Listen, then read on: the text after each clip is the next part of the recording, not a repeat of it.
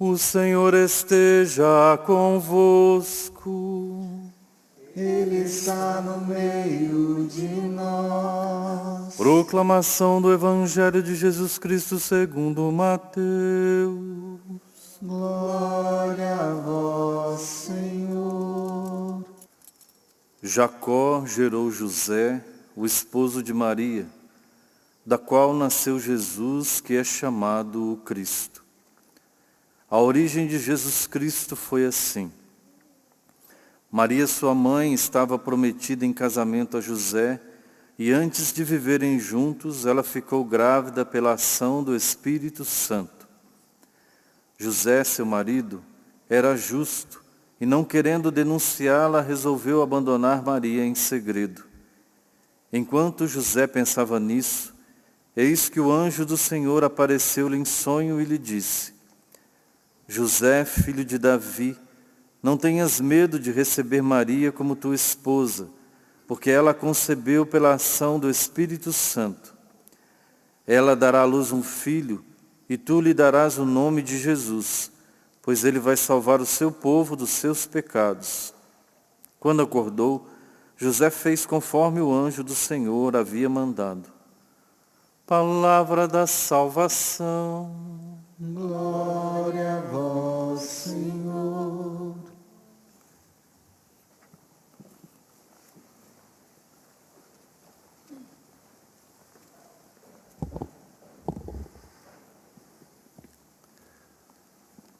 Meus irmãos e minhas irmãs, celebrar São José dentro desse tempo quaresmal tem uma conotação toda particular, porque nós aprendemos com ele o martírio do nosso ego, o martírio do nosso orgulho, e aprendemos, de fato, a fazerem tudo à vontade de Deus.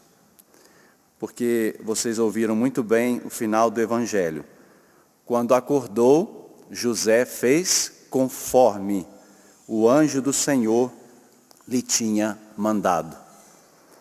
Essa capacidade de fazer conforme a vontade de Deus, essa capacidade vem de uma intimidade com Deus, de uma vida de interioridade. São José, ele nunca foi um observante escrupuloso dos mandamentos de Deus, jamais. Porque se assim o fosse, ele teria lapidado a Virgem Maria. Ele não era um observante escrupuloso da lei de Deus. São José dava espaço no seu coração para a vontade de Deus. E é isso que nós precisamos aprender dele, aprender com ele, na nossa caminhada de seguimento a Jesus.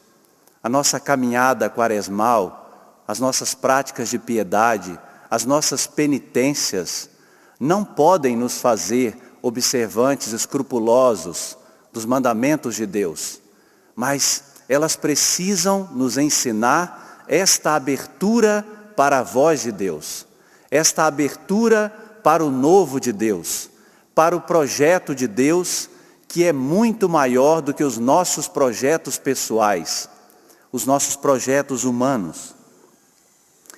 E Deus realiza isso na vida de São José através de um mecanismo bem interessante. São os sonhos. O evangelista Mateus retrata 4 desses sonhos. Mas vamos entender o sonho na palavra de Deus. O autor sagrado faz uma espécie de uma continuidade com um outro José da Bíblia, que você conhece muito bem, não é? José do Egito, que também era um homem que experimentava nos sonhos de Deus direções muito concretas para a sua vida. O sonho, na palavra de Deus, e revelado a nós, é esse meio pelo qual Deus revela a sua vontade. O sonho na Escritura é símbolo da vida espiritual, da vida interior de cada um de nós, da nossa espiritualidade, é o sonho. Quantos de nós estão precisando de uma boa noite de dormida, né? Um bom sonho justamente para não atrapalhar os projetos de Deus. Quantos de nós muitas vezes não precisamos calar a nossa voz para que a voz de Deus se sobressaia? O sonho é esse lugar, e José encontrou este lugar onde Deus falava com ele, que deu a ele força para decidir fazer conforme Deus queria. No sonho, Deus consegue passar e nos falar. No sonho, Deus consegue nos calar e nos colocar numa atitude de escuta atenta à voz do Senhor. Por isso que o período quaresmal, nós ouvimos isso na quarta-feira de cinzas, muita atenção, sobretudo no elemento da oração, porque a gente acha que tem que multiplicar as palavras. E às vezes falamos tanto e não deixamos Deus falar. Dizemos muitas coisas, mas quando Deus nos diz alguma coisa, nós não estamos atentos a escutar a sua voz. Então, São José, ele nos ensina a entrar na dinâmica quaresmal do ouve Israel, escuta a voz do Senhor. Então, o sonho, ele é esse lugar privilegiado. O sonho é esse lugar da vida espiritual. Não é simplesmente a ideia que nós temos de uma pessoa sonhadora, né? Que faz projetos que não tem nada a ver, que não está com o pé por terra, não tem nada a ver com isso. O sonhador aqui, São José, ele tem o coração ligado ao coração de Deus. E como eu disse, o texto de Mateus apresenta 4 sonhos de São José. O primeiro deles está no evangelho que nós acabamos de ouvir. Por quê? São José, quando soube da gravidez de Maria, ele, não querendo denunciá-la publicamente, pensou em despedi-la em segredo. José tinha um pensamento, José tinha já uma ideia. Só que vejam, apareceu-lhe o anjo do Senhor em sonho, depois que lhe veio esse pensamento. E esse primeiro sonho dá a São José um pensamento completamente diferente do pensamento que ele tinha antes. Porque ele pensava em repudiá-la em segredo. Ele queria ainda evitar, não é, a exposição, o fórum público da lei, que deveria apedrejá-la publicamente. Mas ainda o pensamento de José era de dispensar Maria em segredo. Vejam, o que este primeiro sonho que José tem faz com ele. O sonho dá uma outra alternativa. Vejam, quando nós escutamos a Deus, revela-se diante de nós uma outra alternativa que nós não tínhamos pensado antes. José, ele tem uma outra alternativa completamente diferente da mentalidade judaica do seu tempo, da sua cultura, da sua religiosidade. E José rompe com a tradição e a cultura do seu tempo, que estavam adoecidas.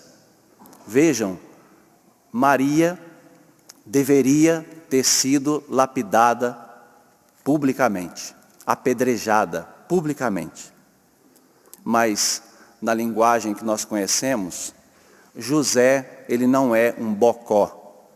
José é um homem crítico, no bom sentido da palavra.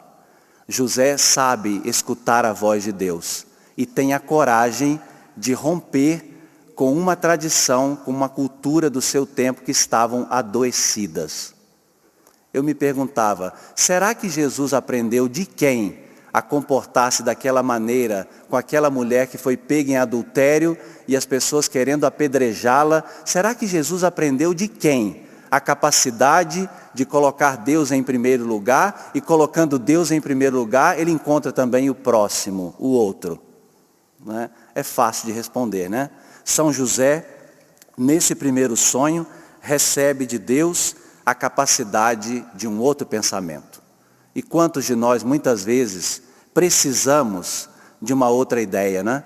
Precisamos, de fato, resolver as coisas em Deus, e não com o nosso pensamento, com a nossa lógica humana.